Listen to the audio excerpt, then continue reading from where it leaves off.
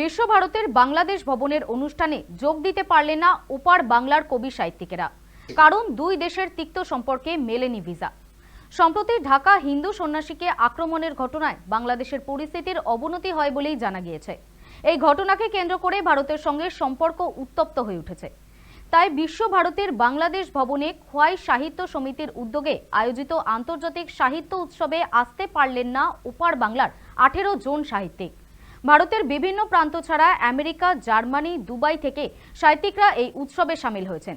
বাংলাদেশের সতীর্থদের অনুপস্থিতি নিয়ে আক্ষেপ করলেন এপারের কবি সাহিত্যিকরা। বিশ্বভারতীতে রয়েছে আন্তর্জাতিক বাংলাদেশ ভবন, যা হাসিনা সরকারের অর্থানুকূল্যে নির্মিত হয়েছিল। এই বাংলাদেশ ভবন ও খোয়াই সাহিত্য সংস্কৃতি সমিতির যৌথ উদ্যোগে দুদিনের আন্তর্জাতিক আলোচনা সভা ও হৃদয় মিলন উৎসবের আয়োজন করা হয়েছে।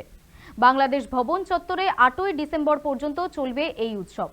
বৃহত্তর ছাত্র আন্দোলনের জেরে 5ই আগস্ট দেশ ছাড়েন বাংলাদেশের প্রধানমন্ত্রী শেখ হাসিনা। তারপর থেকে মুখ্য উপদেষ্টা নোবেলজয়ী মোহাম্মদ ইউনূসের নেতৃত্বে বাংলাদেশে অন্তর্বর্তী সরকার চলছে। এই সময় চট্টগ্রাম, রংপুরের মতো জায়গায় সংখ্যালঘুদের ওপর নির্যাতনের ছবি সামনে আসছে, যাকে কেন্দ্র করে উদ্বিগ্ন এপার বাংলার মানুষ সহ সমগ্র ভারতের সনাতনীরা।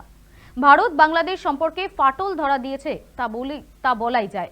উৎসবের বিশ্বভারতীর ভারপ্রাপ্ত উপাচার্য বিনয় কুমার সোরেন সহ অধিকাংশ বিভাগের অধ্যক্ষ, বিভাগীয় প্রধান, অধ্যাপক, অধ্যাপিকারা অংশ নেন। এছাড়া রাজ্যের বিভিন্ন প্রান্ত সহ দিল্লি, মহারাষ্ট্র, ঝাড়খণ্ড, গুজরাট, ত্রিপুরা, অসম প্রভৃতি রাজ্য থেকে প্রায় 220 জন সাহিত্যিক অংশ নিয়েছেন। এমনকি আমেরিকা, জার্মানি, দুবাই থেকেও 3 জন কবি সাহিত্যিক এসেছেন। প্রতি বছর এই উৎসবে ওপার বাংলার কবি সাহিত্যিকেরা অংশ নেন। এবার তা ঘটল না।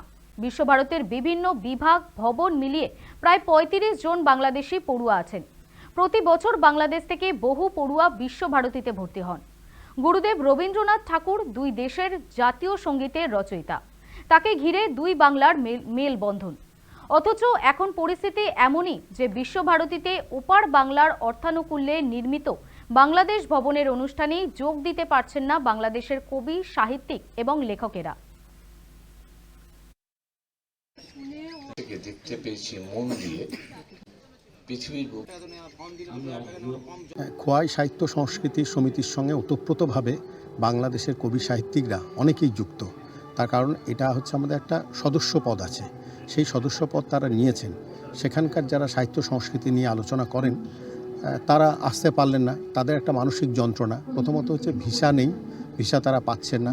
দ্বিতীয়ত আমরা আমাদের গ্রুপ থেকে তাদেরকে বারণ করেছি এই কারণেই, কবি সাহিত্যিকরা যদি মানসিক অশান্তির মধ্যে থাকেন তাহলে তারা কি করে সাহিত্য রচনা করবেন।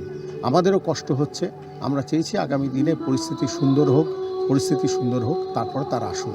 তবুও আমাদের 200 জন পার্টিসিপেন্ট এখানে হয়েছে এবং আমেরিকা, জার্মানি এবং দুবাই থেকে প্রতিনিধি এসেছে। বাঙালিরা এসেছে বম্বে, দিল্লি, আগরতলা, তারপর আসাম, ত্রিপুরা, আমাদের দুর্গাপুর, কলকাতা, এখান থেকে বিভিন্ন প্রতিনিধিরা এসেছেন। বাংলাদেশের যে বর্তমান অবস্থা চলছে তার সঙ্গে এক নন। অনেক মানুষ আছেন কিন্তু তারা প্রতিবাদ করতে পারছে না, কারণ জীবন আশঙ্কা রয়েছে। তো জীবনের থেকে বড় কিছু হতে পারে না। আগে জীবন বাঁচবে, তারপরে কবিতা সাহিত্য হবে আর কি। সেই জন্য একটা দুঃসময় চলছে বাংলাদেশে। আমরা চাইছি যে সুন্দর সম্পর্ক আবার ভারতের সঙ্গে গড়ে উঠুক।